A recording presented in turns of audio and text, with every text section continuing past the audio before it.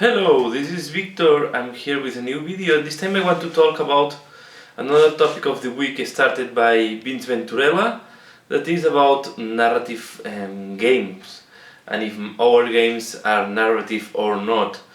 I would like to make one step back and I would like to talk first about the fluff of the armies and just to I think all stars can start when you are building up your army or when you are painting your army. If you are thinking on a fluff or you are trying to put some background to your army.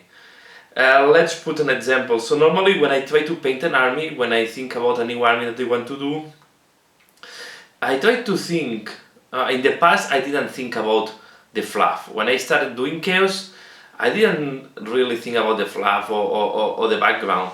I just started painting miniatures without, I would say, any real direction. Later on, I start thinking I should do more background. I should give more depth to my army, and I thought that one way to give more depth to the army, one way to make your army more interesting is to thinking about the background. And then I start thinking, okay, let's think why this army, what is the organization of this army, what are the potential background of your characters, and from there I start thinking what is the type of equipment, and sometimes I don't use the best options available because I want to think that a little bit on the background and how my army was organized.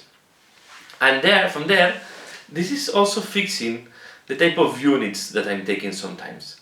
Let's put two examples of my armies. I will start with my jungle fighter army. When I started building up this army, I was thinking, okay, I want this army to represent a force that is based on light infantry, that they are specialized on areas where the terrain have difficult access, where specializing, for example, working on jungles or working on other access like in cities, no? That can be areas where the heavy tanks have not advantage and maybe like infantry can perform better. So I built up my army around this concept, and this was limiting my choices. Okay, I imagine that the army is fighting in regions that are very difficult to access, they will be very hard on infantry, they will have some flyers support them from the distance, and maybe they will have some walkers, but I don't think they will use heavy tanks. So for this reason I focus my army on light infantry. On the opposite side I have chaos. I started being quite naive in the wargaming, so there was not a structure. I just start collecting random miniatures, and I still doing that. Now after time I try to reorganize my chaos army around concepts. I try to make a part that is about corn, and then I try to focus another part about Slaanesh, and I try to do like sub-armies within the big block of chaos. And in that way I can create more depth into my army. Dark Elder was an army that I start completely randomly, and I noticed that I have all type of units and I don't have any focus on any area. I just painting no miniatures that I like. So I have both of my armies, but I have to say that I enjoy a lot when I try to put a background, and also this background is telling me how I want to paint the army. The last thing I want to talk about that is that in one case, in one of my armies, I went far enough to write down the fluff. Normally when I'm painting and imagining the fluff, I'm having in my head how I think this army is organized, how I think this army is fighting. Normally I don't do the last step, that is to write the fluff. Here I give an open question. If you think that this is interesting and you would like to know about more the backgrounds of my army and how I think they are organized and how I think they operate, and a little bit of the background I think about them, I can do videos also explaining that. But this is helping me to organize, to paint, and to move forward with my army and on the collection. And then when I have several choices for the collection, just to identify what things make more sense for the army I'm building. Sometimes I don't choose the most competitive, time I choose the less competitive of the options, but it's not. I don't normally I don't build my army about how competitive it is. I like to build my army about what units I like and what is making sense for the background I'm thinking on the army I'm painting. And this is one thing. The other thing is about the narrative games. In the past, when I have a quite stable group, I like to. We did some narrative games, and I thought that was one of the most enjoyable ones, where we were 3 people, and there was one person that was not playing normally. We tried to do 1 versus 1, and then there was a third person that was doing like the master, no, like a game master in a role game. So he was directing the game, he was creating special rules, we were creating special scenarios, and I will say that was great. So, and I did this long time ago, but I always have a good a good regard of that, no, a good thinking on that, no, because it was very interesting. There were random situations or were special situations that you will not expect during the battle. So this was creating, this create an extra dimension on the battle. So this is going to the most extreme, no? To have a person that is just driving the narrative, that is creating another background, and more thinking. We even try to match or try to connect wargaming with role playing. So sometimes we have when we were doing role gaming, and I started in that hobby playing role. So there was a moment that our characters were leading some small armies, and we jump into the field of small skirmish wargaming sometimes. So I think it for me was a great time. But now that I move and I don't have when you are more limited in time and you don't have this time to organize these games, because normally when you try to do narrative games, you have to spend some time before the game to prepare all the scenario, to prepare the situation, and to do something that is balanced, and to have mechanisms to auto-balance in case you see that the game is unbalanced very fast. So you want to do something interesting. And ultimately in role gaming, you normally want that the group is moving forward. You want to put a challenge in front that they can normally overcome. And now, after time, the situation has changed for me. Now I'm doing more pickup games. I'm not doing this type of narrative gaming. So when you do a pickup games, then it's difficult to do narrative. I keep my background of the army. I still force myself only play with painted armies. My characters have normally, especially in 40k, have the options. I don't magnetize them normally. I have the options fixed, and I try to stick to the options that I put on my squads and on my character. So this is my way to bring the narrative of my army into the game. But of course, you cannot do this ahead preparation. You cannot do this preparation for the game, and without doing this preparation, it's really difficult to do narrative gaming. I would love to go one day to tournament that is more narrative than competitive. I think this is one missed opportunity we have sometime in our hobbies. We focus a lot on the competitive part in tournaments and in events, and sometimes we miss the narrative part. We miss this type of narrative campaigns that can be also very interesting, and it's not driving to a winner where the winner is everybody because we enjoy the game.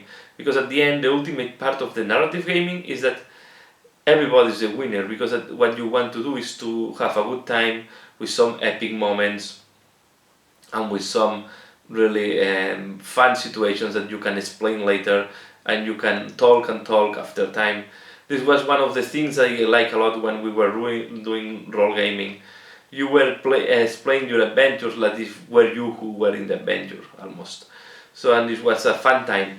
Now wargaming as we play is more distance to this way, but yeah, I would love to go again to the narrative gaming, to go to escalate gaming. For example, imagine that you start with a small army and you start escalating your army until you go to a very big final battle. So all these things I like it. Unfortunately, because I do more pickup games, I do more informal games, I don't have a solid group at this moment to play.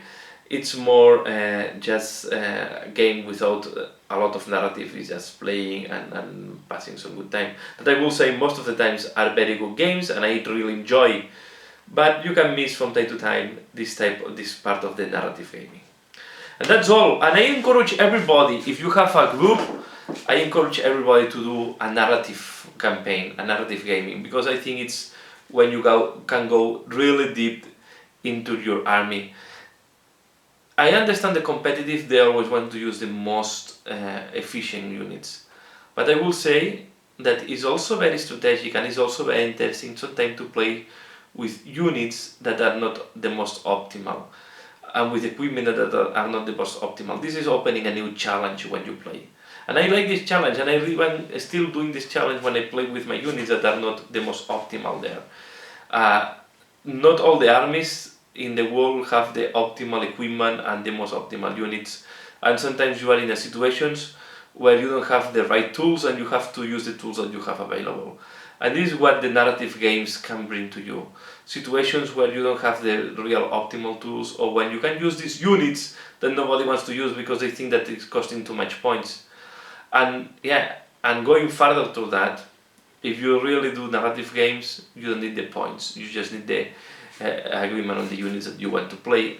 And I think this is why Age of Sigmar is going in that direction. Age of Sigmar, it's trying to force the people to do more narrative and less competitive. And this is why they take off the points. Because normally narrative, you don't...